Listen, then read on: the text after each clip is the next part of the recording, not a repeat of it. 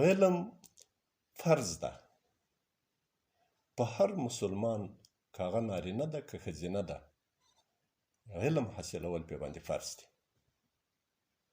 دا د موږ ټول اسلامي مذاهب، خصوصا فقه د امام ابو حنیفه رحمه الله، چې موږ د هغه په مقدسو پاکو سپېڅلي مذهب باندې الحمدلله ورته معتقد یو، پابند یو، مقلدین یو.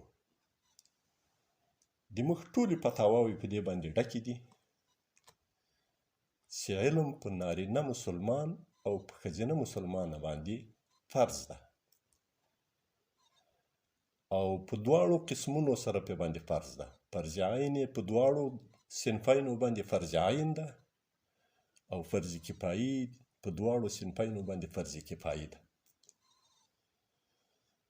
په مقدمې د دور مختار کې د رد محتار تفصیل تاسې وګورئ، او نورو ټولو کتابونو کې هر کتاب سې راواړوو، خصوصا په رد محتار کې مصرحات موجود دي، تصریحات موجود دي، د فروض عین او د فروض کفایي امثال موجود دي، تجارت او صنعت او طبابت او دا ټول په مثال کې ذکر کړي دي چې دا د فرض کفایي امثال دي.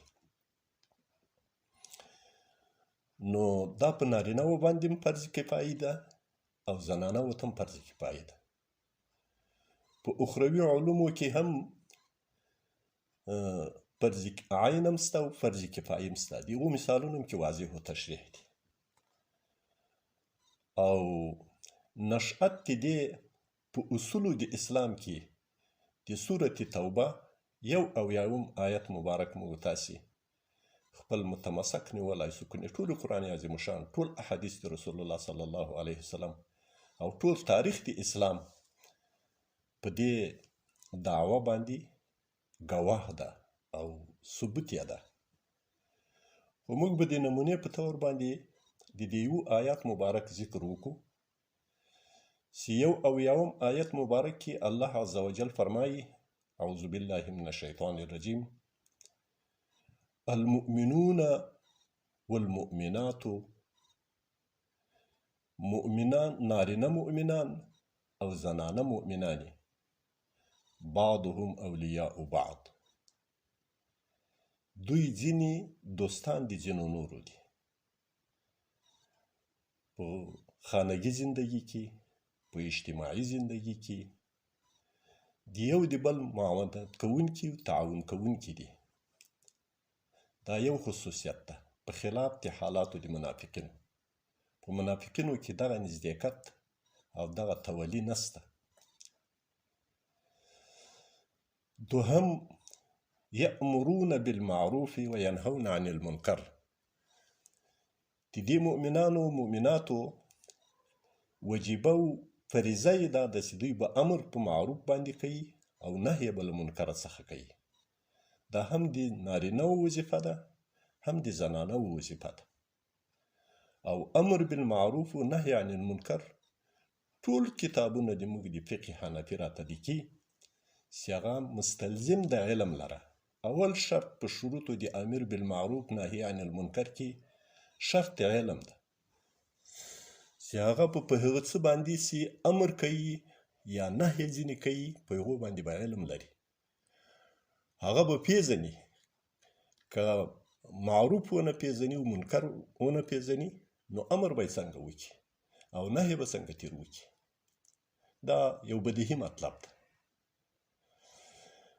دریم، الله عز وجل فرمایي: ویقیمون الصلاة.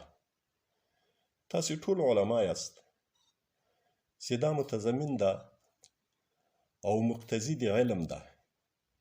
د لمانځه ټول شرایط و ارکان و واجبات و فرائض و مکروهات و محرمات و مفسدات دا به لمونځ کوونکي ته معلوم وي که هغه نارینه ده که زنانه ده.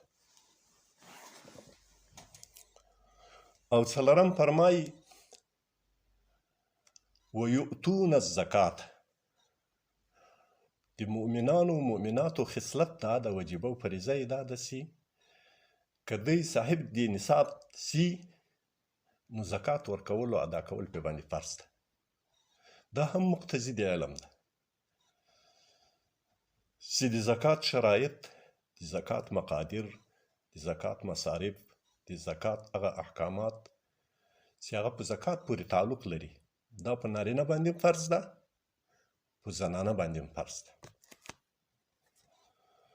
او پنځم الله عز وجل فرمایي ويطيعون الله ورسوله.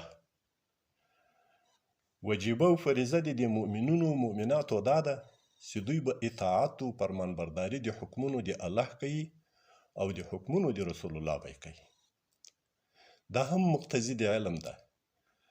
که چیرته حکمونه د الله ورته معلوم نه وي، که هغه اوامر دي که نواهي دي، او حکمونه او ارشادات د رسول الله نه پیژني، که هغه اوامر دي که نواهي دي، نو اطاعت به بیا څنګه وکړي د الله د الله د رسول؟ که دغه پنځه وظایف په دې کې راغلل، نو الله عز وجل فرمایي اولئک سیرحمهم الله، دې کسانو باندې به الله رحم کوي. ان الله عزیز حکیم.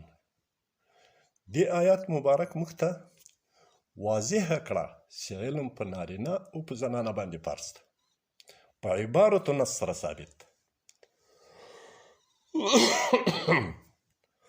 او دا خبره چې کوم چاپیریال او محیط و ماحول د علم ده، دا هم د نارینه‌و دپاره برابرول هم په ممثلینو د اسلامي نظام باندې فرض ده، او د زنانه‌و دپاره هم فرض ده. په مخلوطو، غلطو او له فحشاو له بېحیایي ډک ماحول و چاپیریال کې تعلیم کول، لکه زنانه‌و ته چې حرام و ناروا ده، نارینه‌و ته هم ناروا ده. دا ذمهواري ده د اسلامي نظام د ممثلینو چې نصاب به اصلاح کوي، اسلامي کوي به. خذ ما صفا دع ما قدر. چاپیریال به ورته برابروي، اسلامي کوي به، او اختلاط به ختموي، د فحشا او د بېحیایي ذرائع به مسدودوي، بندوي به. دا د اسلامي نظام د ممثلینو فریضه جوړیږي. که دوی د هغو له اجرا کولو، له عملي کولو عاجز وي، نو خو بیا خو دوی ممثلین نه دي، بیا دوی کې استعداد نسته، بیا په دوی کې وړتیا او صلاحیت نو بیا نسته. تر دې لوی لوی کارونه دی بیا به هغه څرنګه سرته رسوي.